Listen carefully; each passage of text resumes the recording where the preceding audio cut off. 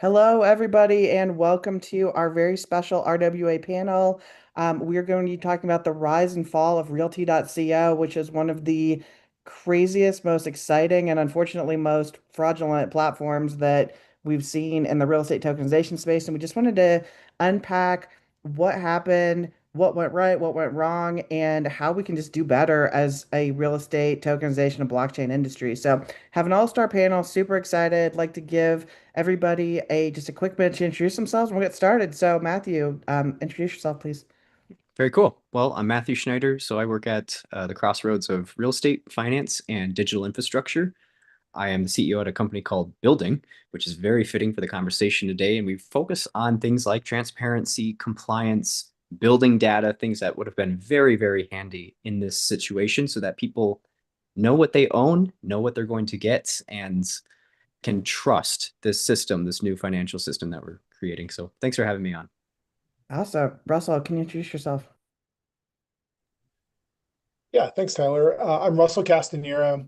I am co-founder for Unicorn.eth. We provide like super app infrastructure for businesses and company brands and companies that want to leverage Web 2 and Web 3 technology, but without having their users know anything about wallets, seed phrases, or jargon. Um, Actually, to sort of open up the Web 3 as an experience that can be managed as opposed to a like a go here, go here, go, like it's nothing but distractions. Before that, I was an investment steward over at Buffalo Ventures, chief of staff at ETH Denver, a super large event, the first event DAO out there, also a Colorado co-op. Anybody who's in Colorado, if you use the My Colorado app, the digital driver's license, that was my baby when I was over at the state. And I'm like very excited to talk about this today. And just in case anybody's listening and they're not in the know, we're talking about RealT, not RealT like with a TY, RealT.co. So it's Yes, thank you so much for making that clear. RealT.co. Awesome. Yeah, thanks for making that clear. I should have at the beginning. Liz, please introduce yourself. Yeah, hi everybody. My name is Elizabeth or Liz Kuka. I'm the co-founder and CEO at Lane 3. You cannot find us online just yet. Our product demo is currently being tested, so website's on the way. We are essentially a private credit solution for affordable and mixed income housing, and we're tokenizing our loans to make them make them accessible to a wider investor base. And also enable using staking for first loss insurance layer, as well as being able to leverage your tokens and not be locked up and have liquidity immediately instead of having to wait 12 months for an investment to come to term.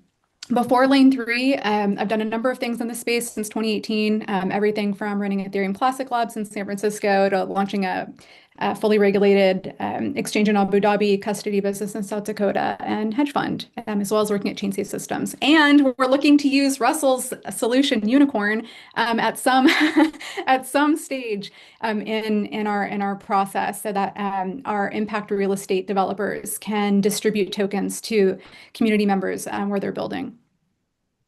Very cool. And Webb, can you introduce yourself? Of course, Jason Webb, as Tyler calls me Webb. A lot of my friends do. Founder and managing partner of MyLeco and also Magnify Squared. Do a lot of lead generation, build out that. I've also been I've done a lot of investment pieces. I used to own a title company, mortgage company, investment company as well, and learned quite a bit about this space and still learning about tokenization. So I appreciate you guys having me on the panel as kind of the newbie in this space, but definitely have a lot to say. So thank you. Awesome. And no offense to the rest of you, but my favorite person on the panel, my husband, Yonks. Go ahead, babe. Well, thank you, Tyler, for offering to facilitate this conversation today. And we've been building towards tokenizing real estate for over 4 years. We just had our community call under P token assets here. We quite literally just rebooted on our 4-year anniversary with Retoken, the real estate DAO, into P token assets. As big as the opportunity is around real estate on a global basis. And for those people that aren't familiar, It's literally 2/3 of the global wealth is represented by real estate. And I really believe it's the biggest opportunity multi-generationally is converting real estate into tokenized real estate. But quite honestly, there's more opportunity around tokenizing anything's of value. And one of the things that Tyler and I are excited to facilitate conversations here around is on-chain cooperatives. And anyway, I'm going to turn it over to you to facilitate. Thank you, Tyler, for allowing me to do all that I do. You make it all possible. So looking forward to this. Hopefully it doesn't get too spicy, so be ready. And I'm super excited to be your facilitator. I am Tyler Yonker, aka Mrs. Yonks, and I'm a realtor, a real estate investor, property manager. In my past life, I was a financial wholesaler and a private equity broker, so very versed in the real estate and securities side of the world. Slightly newer to the blockchain and Web3 side of the world. We've been building here for about 4 years, so really excited to build out tokenized property. So let's talk about what happened with RealT. So, um, for starters, Jason, can you bring up the white paper? Do you have I can send you the link really quick. Well, and I think that this is a good segue, quite honestly, because we want to facilitate conversation. This is a live stream. We are watching if there's any comments in. Thank you to Joe D on the live stream. Don't have a fancy enough setup to bring up the comment, but the question that Joe asked is, have you guys in the panel invested RealT at any time? And I think that this would be a good disclaimer, and I'll let you speak for us on that topic, Tyler, before we answer that question before getting into the meat of our conversation. Well, so for starters, I no, we have not, and we have not personally invested in RealT, nor do I believe it was possible for any of us because at least when we looked at it in 2021, they were only available to non-US investors. So, I don't think it was ever possible for us. I don't know if that changed at any point during the 4 years, but they were filed under a security regulation called Regulation S as in Sam, which is an exemption that if you don't market in the US, and one of the challenges that was pretty shocking was they had all of these IP trackers that said even if you said I'm in Albania, I'm wherever, it would say your IP address is in the US, so you're still blocked. It's not like they were tracking. So that was interesting. The other thing was their security on the front end was they said that they were only available to accredited investors, and it wasn't any kind of self-accreditation. They actually made you upload a tax return or a letter from a CPA. So their due diligence in the space was actually significantly higher than other projects that just let you self-attest or they don't check at all. And that was part of the reason with the securities compliance why this was so shocking that it looked like they were really going out of their way to check all the boxes and then they were just fraud. So yeah, but great question. If you have any others, please pop those in. Um, so let's go ahead and do you have the white paper up, Jason, or do you want me to send it to you real quick? No, let's just talk through it. I Oh, think that okay, the cool. title was interesting and noteworthy to say the least. They so there were a couple things in their white paper. They actually go through everything about what they're doing, why they're using Ethereum, how they're fractionalizing, and what legal steps they were taking. So my first question to the panel is, um, what do you guys think from a due diligence standpoint is really important? What steps should you take as a project? What's the most important to give your investors that confidence that you are complying? And even though they didn't, I know a lot of projects did, but let's just kind of talk through what they did. They were supposed to be legally compliant. That was their whole shtick. Um, as a project founder or as a potential investor, what would you like to tell people about your project and why they should trust you and why what just didn't get happen with RealT? I'm happy to jump in. Awesome. I mean, in addition to, I think lane three is highly legitimate, but not even going in that direction. I'd say Web 2, Web 3 doesn't matter. Any investment that you're going to make, you should not only do diligence, but I think that the challenge we see in Web 3 is that there's a lot of investing in segments or industries that people don't actually know anything about. They know about Web 3, they know about crypto, but they don't know about real estate. They don't know about agriculture. They don't know about whatever it may be, cars, whatever the next tokenized thing is.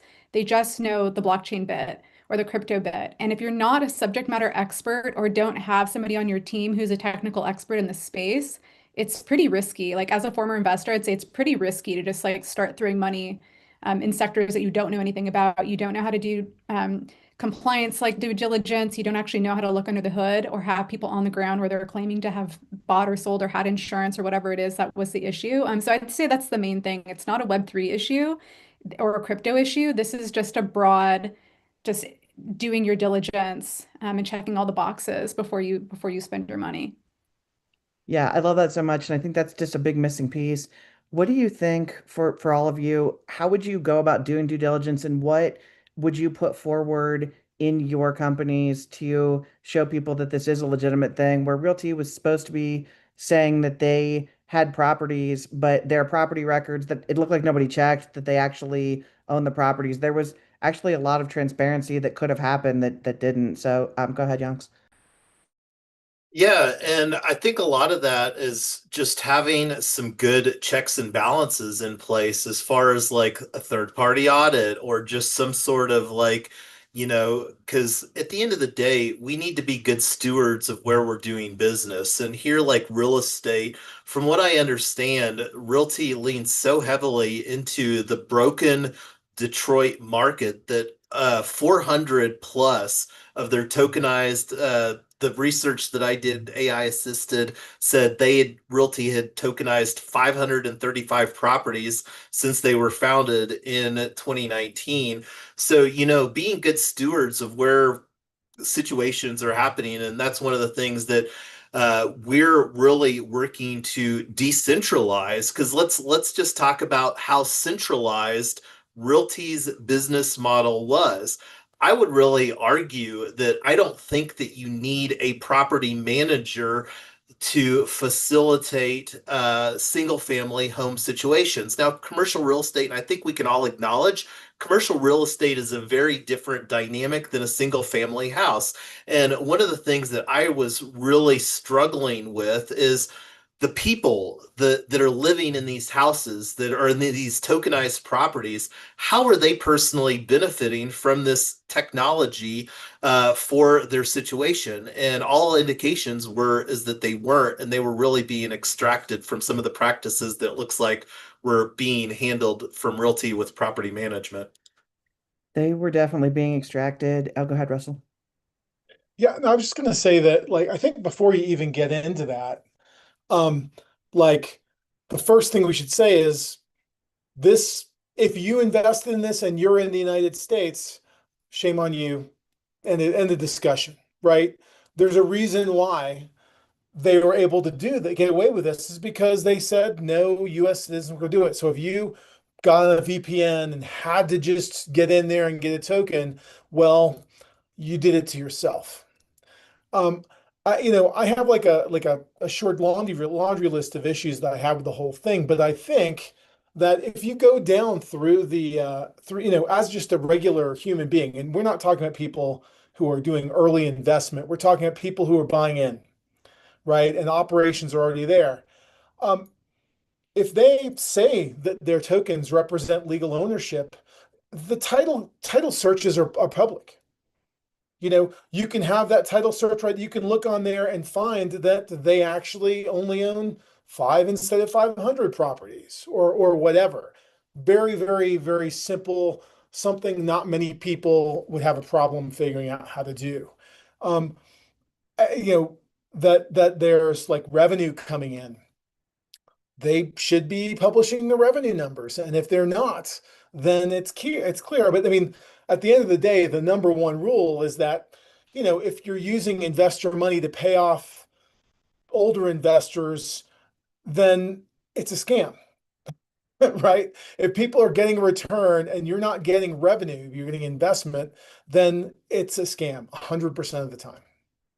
Absolutely. I So agree with that. just to hit that like early due diligence, like I'm going to stick my toe. Should I go in? That's the easy way to know you should not step your toe in there. Absolutely.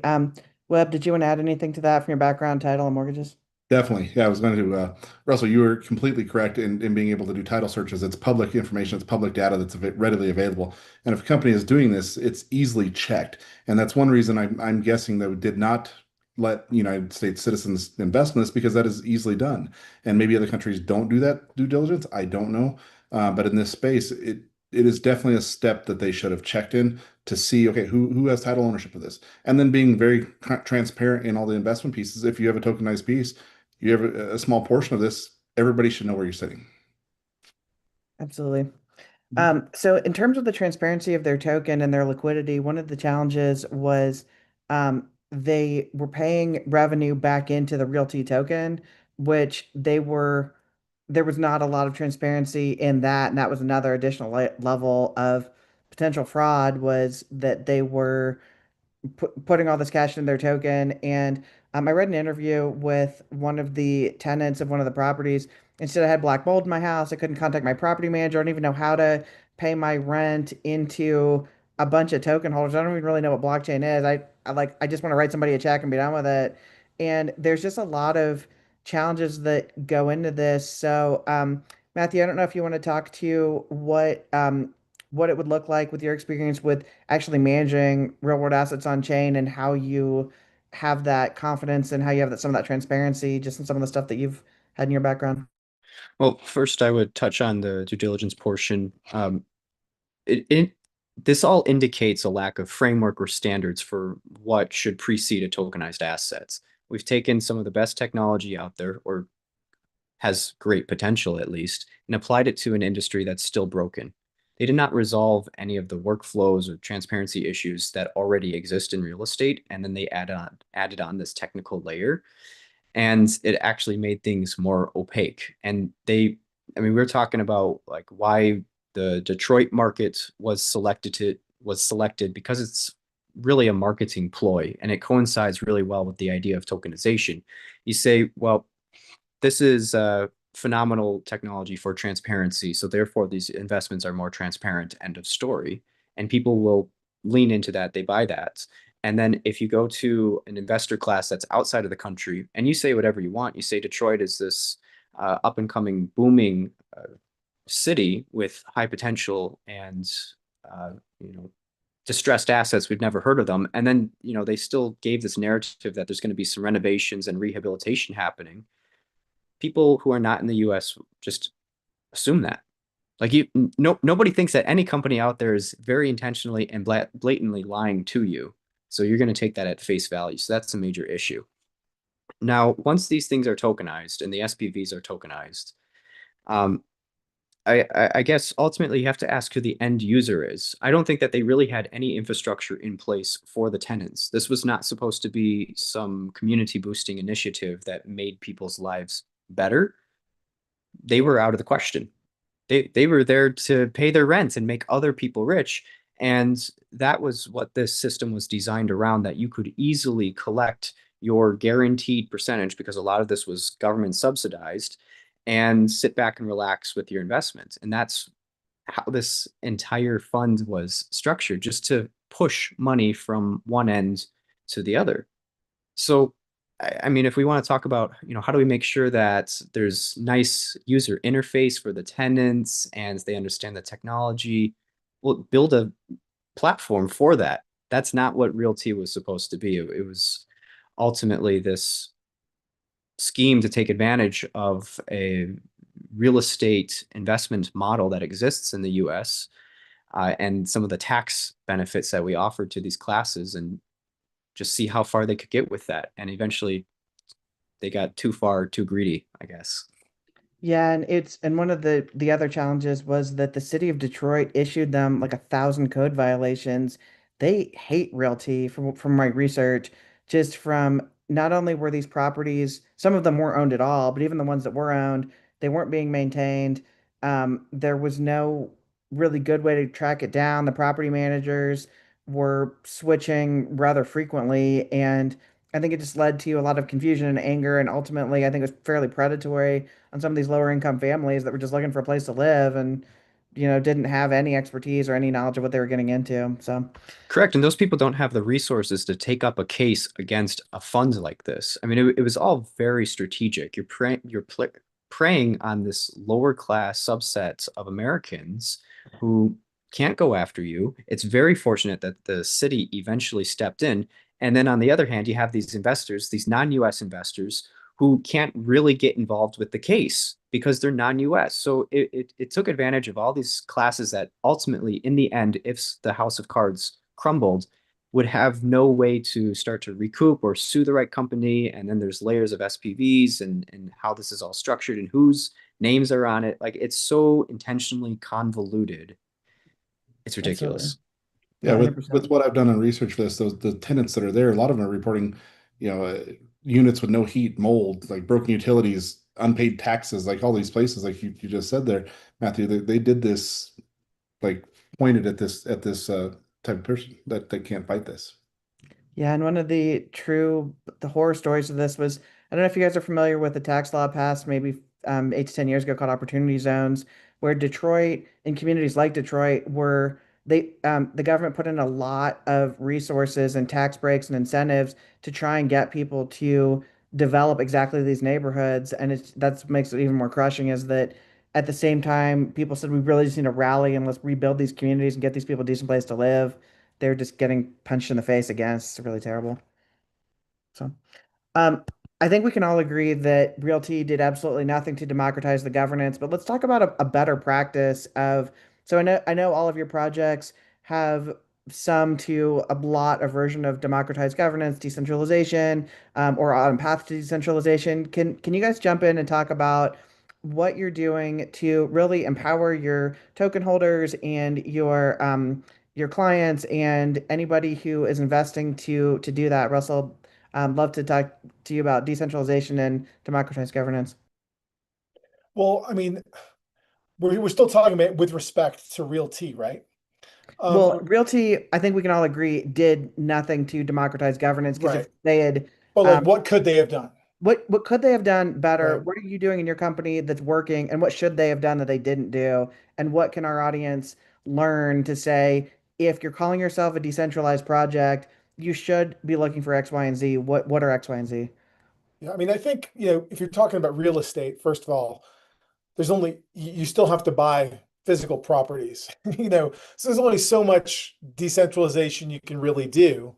Um, but but I would say that like they could have like leveraged a Moloch DAO and allowed people to buy in and have, that is built in. You get business interest and you get voting interest as well, or business and profit interest, just like you would with an LLC. You could very easily have had a governance structure, an ability to do voting. You could leverage something like Snapshot and then do it all in a way like you could use something like my unicorn accounts, of course, unicorn.eth to do it, but you could let people on board, give them access to the tools, have it so that they have right there. This is the property search. You can look at the titles, like make it all really, really clear. This was the white paper. If they had done what the white paper said, it would have been super cool. It just turned out that it was a bunch of baloney. They didn't have any intention, I guess, of doing it like that. But there are, you know, the technology that they could have chosen to use. Even with, Matt made a really, really good point that real estate titling and all that kind of stuff is very clunky in so many different ways. But they could have put a nice face on it and then worked on making the rest of it better. Yeah, Matt, I see your hands up, so you probably want to talk to Mike about this bit. Well, I noticed that we got some comments, and it was a direct response to what I said about them eventually getting too greedy. And the reason why uh, they are still operating. Thank you for the additional comments. They are, and that's a red flag because I mean it is starting to catch up to them, and you're seeing all these problems emerge. But if we take it back to why do I think that they got ahead of themselves? Well, initially it seemed like they were trying to stick to the white paper, but there was a more lucrative opportunity. Blaming this on the property manager is not responsible for acquiring the properties that they did not acquire. They raised funds with the intent to acquire properties, and then they did not. And these are dozens of properties, maybe accidentally to say we're behind schedule on one because of it's slow to close. That would be a one-off instance, but this is at scale. This is a lot of capital that is involved. And to go a step further, to be paying people out these phenomenal returns on properties that have not been acquired means that the capital is coming from somewhere else and that capital is being misused. Because I guarantee in none of these offerings does it say, by the way, we might use this capital to pay off other investors just in case we can't acquire the properties in time. That's not it. So therefore, that would be fraudulent behavior. And this started to scale. This started to grow. That's why they got ahead of themselves. They have tons of properties. The renovations are not happening. You can't just blame this on a property manager, like as if they rule the world. You switch companies and you pull in a different property manager. There's contracts to the stuff. There's general contractors and subcontractors, the people doing things to this properties. So to say, yeah, we were out of violation on these 500 properties. It didn't happen overnight, right? This is something that has to be drawn out intentionally over time. It's neglected. It's neglection.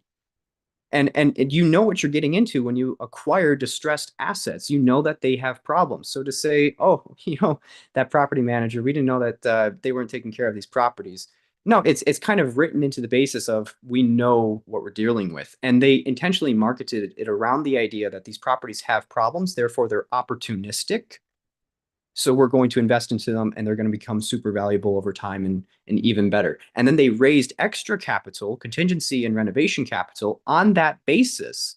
And it was not deployed for the renovations. So if you're acquiring a property and you're adding in, 10, 15% and you're raising that capital and then you don't use it, well, that's another instance of fraud. And when you have a $160 million portfolio and 10% of that capital is supposed to be on these renovations so that the assets are not out of code in the first place, which is the big emergence and why these are being sued.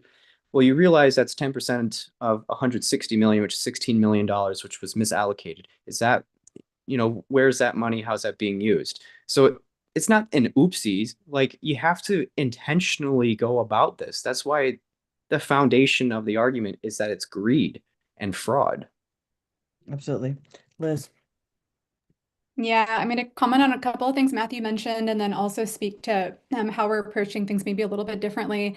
Just to talk about distressed properties a little bit, because that's an area that that lane 3 is we're not 100% interested in, but some of our partners focus on distressed properties and it's for a reason. And all of our partners who do acquire distressed properties, be it in Connecticut, be it in Ohio, wherever it may be, they're deeply embedded in the communities where they build. And so all of our partners to date, right, or all of our partners right now, and this is both a positive and a negative, have been in real estate development for 15 to 20 years. They've done close to $1 billion in development. So I can talk about that in greater detail about why that's probably poo-pooed in like most DeFi worlds. We're like, well, this sounds like old entrants. This doesn't sound like it's Web3 degen. Like this sounds like something different. And so we're trying to bring a best of both worlds, but to kind of close up on the distressed property bit, people go into distressed property if they do want to make a real difference. And there is actual some margin there. So in the article, I think they were buying at 20,000 and then selling at 55, right? Which is a good return if you're going to invest that money into the property, right? And like not take as much. They could have put in probably 20K and still made 15 on it. Like it's not a bad return. I don't personally think there's anything wrong with making money on anything that you're doing if you're actually doing it well and you're providing a service to people. So I just wanted to mention that because the distressed property bit, affordable housing, communities that are underserviced, they should get investment from either opportunity zone taxes or because you think it's the right thing to do. And when people do it, they're taking far less than if they did market rate, luxury condos, what have you, which is what most people do. And so it is an area I would hope, I'm going to keep saying it, go check it out, look into it, build in it, do good things in that space. But taking advantage of people who are in that space is pretty sad and kind of pathetic. Okay, with that said, just to go back to how we're approaching things differently, we're working with highly vetted, deep players in real estate impact, real estate development who are doing impact first. And so the downside there is in Web3, like my colleagues and friends are like, this is my first development I want to do, or like my second one. It's like, unfortunately, we can't lend to you because it's too high risk for us. Would we like to start building out a pool of funding to support new developers, new efforts? 100%, but we're not there right now. And so our approach, which is a blend of two worlds, minimum check size is 25,000, clearly accredited investors. But if you want to come in on the native token side, it's really open to just about anybody. You just can't participate in the exact same way. And so the goal is both transparency, access, but everyone's not going to be able to access the same deals just because of the minimum. So that's my 2 cents on the topic. That's great. So one other thing on this, then we'll move on to our next topic. Several of the tenants that were interviewed about being tenant, or several of the tenants who were interviewed mentioned problems with mold, and this felt really personal to me because I have one of my best friends realized belatedly, like 20 years later, that she had been living in a childhood home that had mold in it, and it contributed to 100 other health problems that weren't diagnosed because that was never on her radar to talk to her doctor about, and it just led to just really just devastating health consequences because it had been just fermenting in her for years. And so when people are like casually like, oh, well, they just didn't know there's black mold. When your tenant knows that there's black mold, that means it's so bad it's literally seeping through your walls. It's awful. It's one of the reasons why sometimes insurance companies will just condemn your house because they literally know it's going to be easier to bulldoze it and start over than to try and remediate something that's that toxic and growth oriented and hard to get rid of. So it's just really terrible. Okay, so let's move on to the next. We've really talked through what went wrong. Let's talk about the internal controls that should have been there, the external controls that should have been there, and then I know none of us are huge fans of government regulation because I feel like we sometimes laws get made by lawmakers don't really understand what's going on. What laws should be there? What internal regulations, what industry regulations should be there, and what shouldn't? Where should we police ourselves, Yonks? Yeah, so one of the things that we brought up here on our P token assets community call, and to Matthew's point, as far as standards, the Global Legal Entity Identifier Foundation just recently updated ISO 17442 surrounding the VLEI, Verifiable Legal Entity Identifier. And it'll be really interesting to see how this gets traction here in the United States. I know that FinCEN with the Corporate Transparency Act, which I think all of us can agree, which got pulled back with the current administration.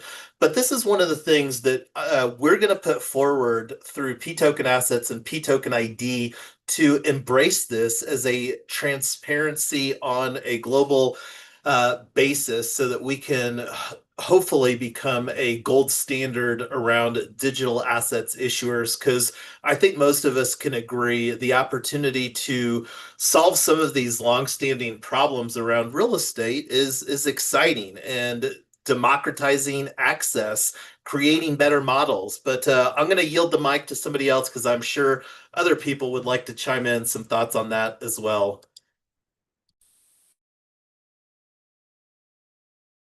Russell, what do you think? Oh, Yeah, go Liz said something about policing. It's in the chat. I was trying to not eat up too much airtime. I'm definitely not a fan of monitoring. I'm a huge fan of privacy, like privacy all the way.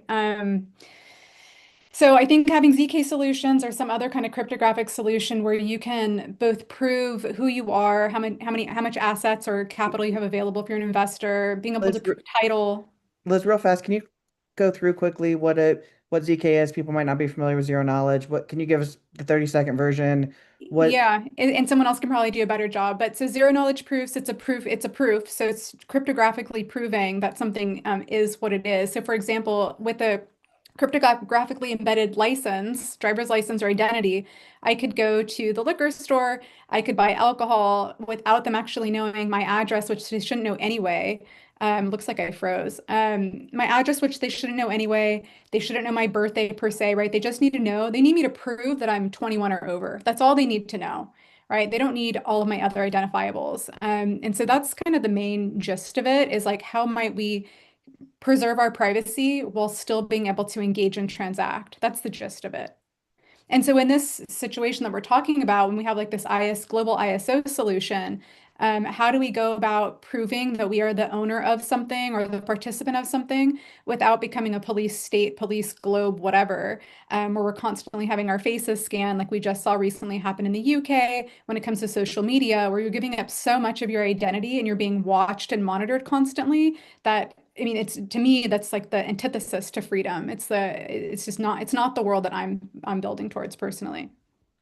yeah, I go. mean, I agree. Over policing is bad, but if you don't have police, then all you have is thugs and getting their way.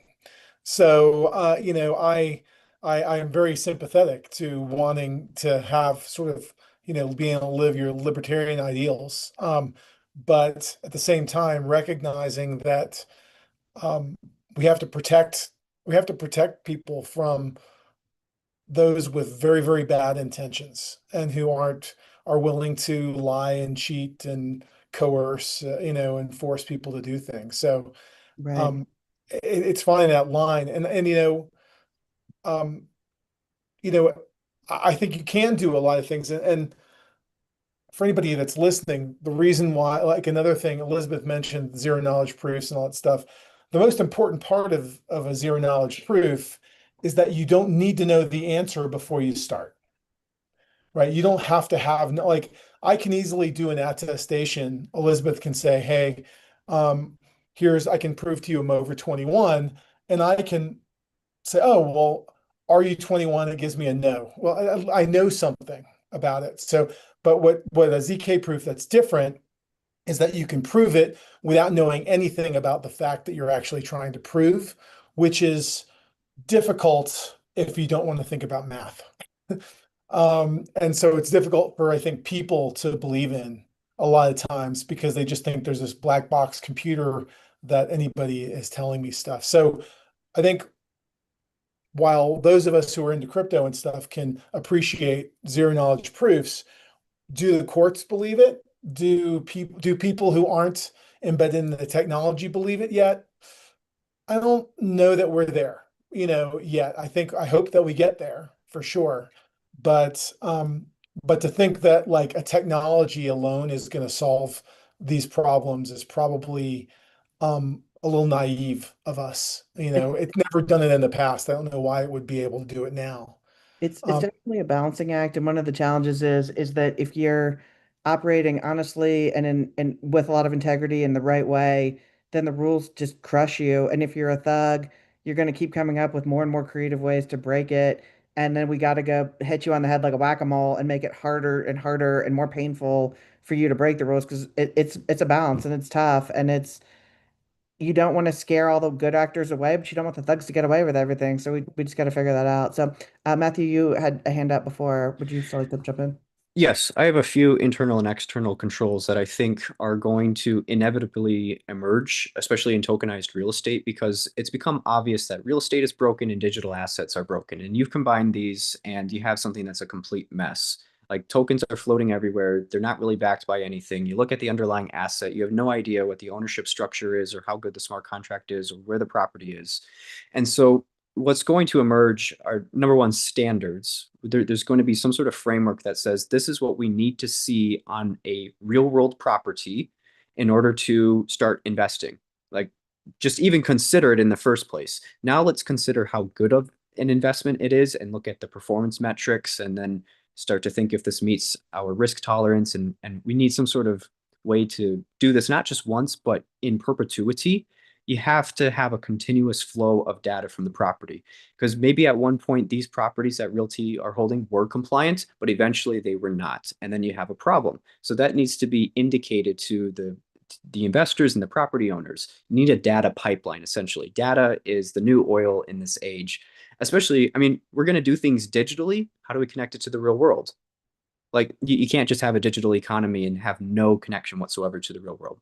So standards and expectations, there's going to need to be a demand for compliance and compliance engines and say this information has to be uploaded, it has to be up to date. We need to know that it's been attested at some point, zero knowledge proof or otherwise. We need to see if the right paperwork has been filed, and this goes into reporting as well. So is the information being communicated to the proper authorities and proper stakeholders? Uh, regulation is going to help out there. It can't force everything, right? That's the policing idea. Like how much compliance can you mandate and how much just has to be the intuition of the investor. But that's where ratings come in. We can indicate where something is low, moderate, or high risk based off of the information that's present. We could say the underlying real estate is iffy for these reasons. We're concerned about the ownership or concerned about the maintenance or the location, whatever you want to go by. Then the ownership structure. You have equity in this, but it means you don't have these rights or you're not guaranteed this income. Maybe look at the debt option.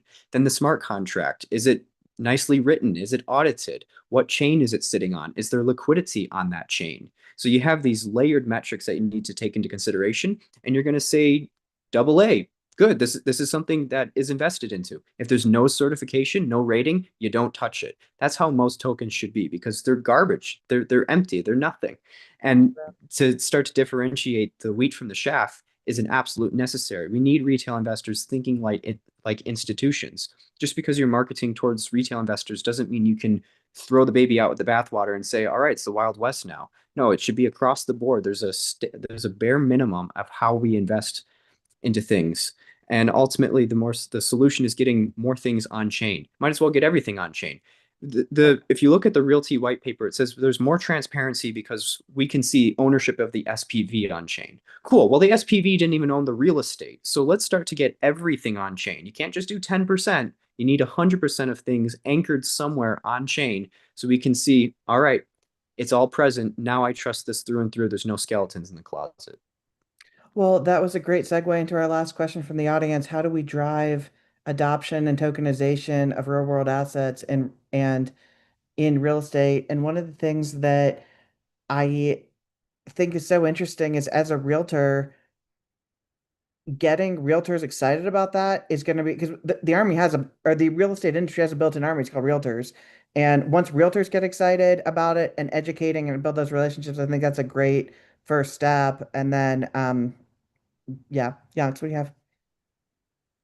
Well, and I think the end of the day, the bigger opportunity is to really provide more than just amplifying the opportunity for investors to make a buck. Like let's use this technology to make affordable housing and or I actually prefer, because let's be honest, our American society hasn't done a great job around affordable housing. I actually like talking about attainable, sustainable, and equitable housing. So we need to really solve some societal problems to really make the real estate tokenization.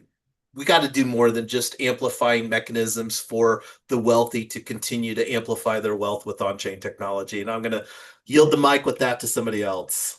So we're we're close to the end here, so I wanted to just give my final thought, give everybody one final thought, and then we're gonna wrap this up. So on this, one of the most exciting things, and I know this has been kind of a trash on RealT because of this their shade, but I just want to throw out one really encouraging thing, which is that we have an opportunity for the first time ever to make a group of people that have been outside the capital stack for a really long time on it. You're in an expensive city like a Denver or a San Francisco or a New York or a wherever, and you don't have an opportunity to save $100,000 for a down payment while you're also trying to pay your $2,500 rent and all the other expenses.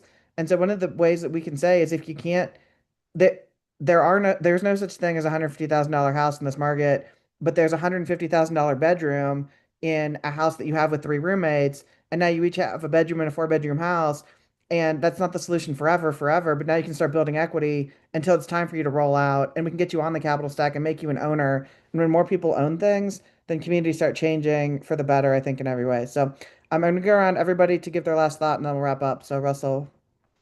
Yeah, I in 2015 had the chance to rewrite the statewide title system and conveyance system in Hawaii. And we actually were looking at running a parallel system in Ethereum at the time. Thank God we didn't. But what we found, the reason we chose not to, is we realized that because there's not digital identity, everything had to be a hybrid document. In other words, you had to have signatures that were done a certain way, that everything had to get scanned in. And I think until we have pervasive digital identity implemented, all these kinds of talks that we have are going to be half measures and partial solutions. Once we have it where everybody, or at least the vast majority of people, have a digital ID and they can do things like sign documents and provide a proof, a proof that they have done it, then things will take off. But until then, there are a lot of impediments to progress. There are for sure. And Congress just passed this law that from now on, every child is automatically going to get an investment account. Maybe every child should get a wallet. Maybe every child should get a digital identity. Let's start it when you're born, and then that's it. So who knows? Maybe that's something for the future. Matthew, last thoughts. Well, I don't want the government holding my keys, so that one's Fair, fair, questionable. But fair, fair. ultimately, I think this is reflective of something I'm passionate about, and it's on my LinkedIn. I don't, say blockchain or AI. I say smart cities because when you combine all the technologies plus the philosophy that's necessary to use these ethically, you arrive at smart cities. You're thinking about governance and environments, economy, impact people, education, but then also the technologies that become features of the system. And that's what we need to advocate for. We want to make property smarter by using blockchain, but again, smarter for who? Who's the end user? This should always be about the people living there, not the people trying to profit off the people living there. So then you'd say, how do you make it so that maybe blockchain makes the maintenance of these properties auditable and indicates when things are going wrong and when compliance needs to be checked? Well, that's a lot better for that person living there. That would be a smarter city solution. So I think we should be aiming towards that. And we have to call out the bad actors when they emerge, whether it's intentional or not. And that being said, that begs the question, like, how much of this was intentional? I don't think the lawsuits would emerge if this was just negligence. I think it gets to a certain point, and so I'm okay saying, yeah, you know what, things were pretty bad here. I guess we're dragging them in some regard. It wasn't an accident. Sometimes accidents do happen in emerging technologies, but there's plenty of use cases that are shown, like, here's how you tokenize and here's how you implement technology successfully. Let's focus on that. Let's model that and scale that. Absolutely. And one of the things that you brought up legally was whether or not every single thing was a mistake and every person was unintentional but completely incompetent and they were all victims and whatever. At some point, you have to take responsibility and say, when you are handling other people's money and their property and their livelihoods, you have to be competent and you have to be honest. And if you're not, even if it was unintentional, that doesn't really matter. So, Liz, last thoughts. Yeah, I think when folks are looking at Web3 and crypto, or Web3 specifically, again, just like in Web2, think about aligning interests with incentives, and think about solving like what's considered a painkiller, not a vitamin, if you can, and just approach the space just like you would do traditional product development. You find a pain point and you solve for it instead of trying to force a solution with like a crypto token bit on top. So I think that's the big takeaway. Absolutely. Webb, last thought.